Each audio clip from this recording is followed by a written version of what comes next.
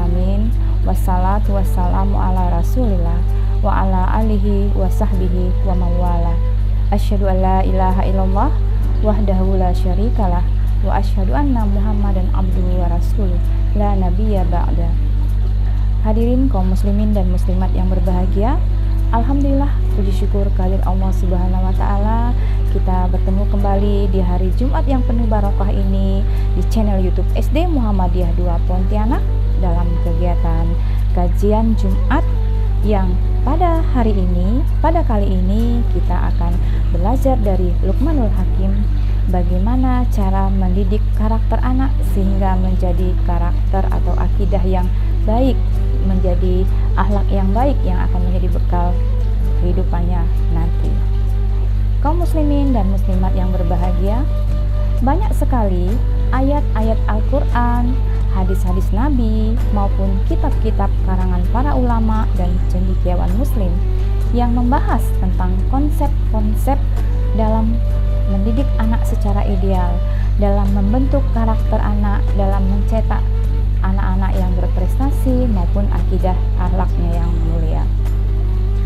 Hal ini sekaligus mengidentifikasi atau mengindikasikan bahwa Islam merupakan agama yang menaruh perhatian yang cukup besar pada masa depan anak, pada masa depan umat manusia, generasi penerus, yaitu anak-anak kita yang sangat kita cintai dan kita sayangi. Jika anak kita semasa kecilnya mendapatkan pendidikan yang baik dan benar, maka kelak akan menjadi generasi penerus yang berkualitas dan berkarakter yang kuat serta memiliki akhlak yang mulia. Sebaliknya, jika anak semasa kecilnya tidak mendapatkan pendidikan yang sepatutnya, maka kedepannya akan menjadi generasi karakter lemah, generasi yang akidah dan akhlaknya kita ragukan, akhlak mulianya kita ragukan, dan generasi yang rendah kualitasnya. Kaum muslimin dan muslimat yang berbahagia, pada kesempatan kali ini, sebagaimana yang telah kita sampaikan di depan, kita akan belajar dari sebuah kisah indah penuh dengan hikmah tentang bagaimana mendidik seorang anak dengan benar yang dituturkan di dalam Al-Quran, khususnya dalam surah Luqman. Dalam surah Luqman ini di ayat ke-12 dan ayat 19 ada 7 poin atau 7 langkah-langkah hikmah yang dicontohkan, yang diteladankan oleh Luqman bagi kita bagaimana menciptakan generasi muslim yang berkarakter, yang berakhlakul karimah. Di antaranya hari ini kita akan membahas 3 saja. Yang pertama adalah ayat 12 pada surah Luqman itu. Nasihat pertama yang ditanamkan oleh Luqman kepada anaknya adalah tentang pentingnya bersyukur kepada Allah. Kita ketahui bahwa bersyukur itu pada hakikatnya adalah untuk kepentingan manusia itu sendiri.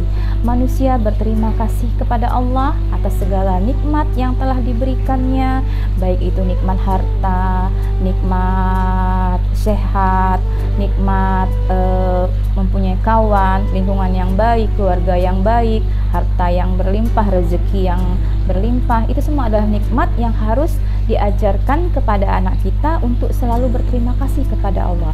Dengan kata lain, bersyukur.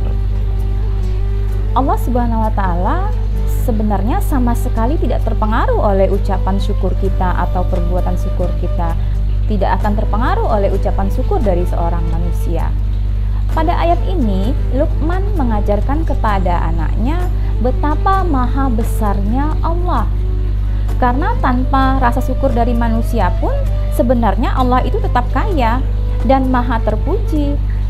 Bersyukur merupakan fondasi kebahagiaan hidup bagi seorang muslim. Karena sudah diberikan kenikmatan oleh Allah, maka kita sebagai manusia ya harus berterima kasih dengan cara bersyukur. Orang yang hati dan jiwanya selalu bersyukur dan selalu mengembalikan semuanya kepada Allah akan senantiasa diliputi dengan ketentraman, hidupnya damai.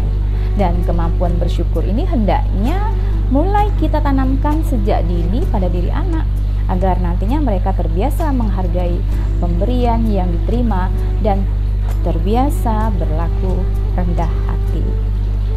Kaum muslimin, muslimat yang berbahagia, ayah dan bunda serta bapak dan ibu guru, nasihat yang kedua yang diajarkan oleh Luqman dalam menanamkan akidah dalam diri anak, yaitu Luqman memperingatkan kepada anaknya dalam ayat yang ke-13 yang berbunyi, wa iz qala Luqmanu libnihi wa huwa ya'izuhu ya bunayya la tusyrik billah inna syirka la zulmun azim. Nah, dalam surah ini Allah menyatakan, janganlah engkau menyekutukan Allah. Sesungguhnya menyekutukan Allah atau perbuatan syirik itu adalah perbuatan yang sangat zolim. Nah, zolim dalam makna sebenarnya adalah menempatkan sesuatu tidak pada tempat yang semestinya. Menyekutukan Allah di sini adalah perbuatan yang tidak menempatkan Allah sebagaimana mestinya. Seharusnya Allah itu hanya sebagai satu-satunya tempat Tuhan yang kita sembah, tempat kita bergantung, tempat kita mengadu, tapi kita malah ke tempat-tempat yang lain, malah meminta ke tempat yang lain. Nah, menyekutukan Allah adalah perbuatan yang tidak menempatkan Allah sebagaimana mestinya tadi. Seharusnya Allah itu adalah Tuhan pencipta dan pemelihara diri kita, dan kepadanya lah kita akan kembali. Oleh karena itu kita harus mengajarkan kepada anak kita bahwa kehidupan di dunia tidak kekal, kita tidak selamanya hidup, kita setiap yang bernyawa, setiap manusia itu pasti akan mati. Maka semestinya Allah itu kan selalu hadir dalam setiap aktivitas kehidupan anak kita. Kita ajarkan kepada mereka dalam setiap kegiatan, sertakan Allah. Di antaranya ajarkan dia kalau memulai perbuatan dengan membaca basmalah. Setelah selesai, biasakan mengucapkan hamdalah. Hadirkan Allah dalam setiap aktivitas kehidupan anak kita. Bukan malah digantikan dengan sesuatu yang lain yang sama sekali tidak layak disandingkan atau dibandingkan dengan Allah. Nah, kaum muslimin dan muslimat yang berbahagia, nasihat yang ketiga atau yang terakhir yang akan kita bahas pada kesempatan kali ini adalah bagaimana Luqman mengajarkan akhlak yang baik kepada anaknya terhadap baktinya kepada orang tua. Artinya bagaimana seorang anak berakhlak yang baik, berbakti kepada kedua orang tuanya. Kenapa ini dianggap penting oleh Luqman dan Allah mengajarkannya lewat Luqman untuk mengajarkan kepada kita semua? Karena berkat kedua orang tua kita lah, berkat kedua orang tua, seorang anak kita sendiri bisa hadir dalam kehidupan di dunia ini.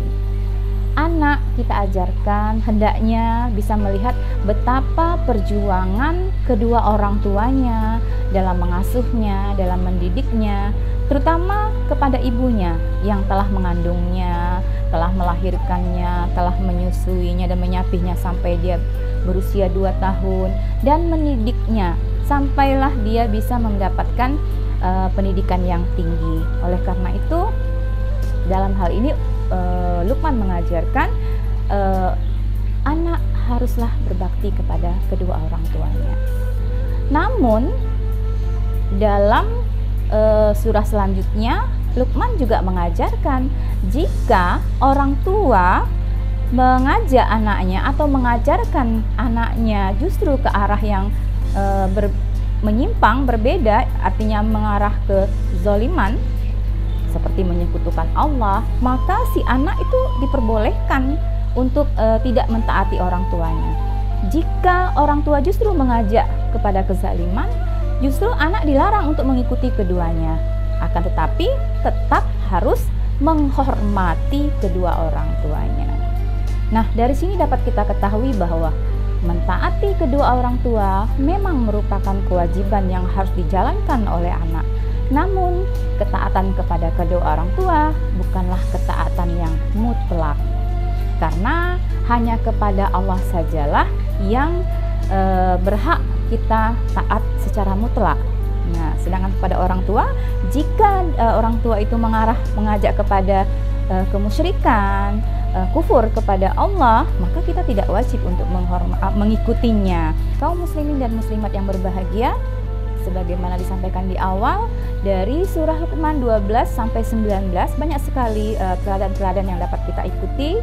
Akan tetapi hari ini kita akan membahas 3 saja dulu. Insya Allah pada kesempatan yang lain kita akan melanjutkan kembali nasihat-nasihat atau hikmah yang diajarkan oleh Luqman tersebut.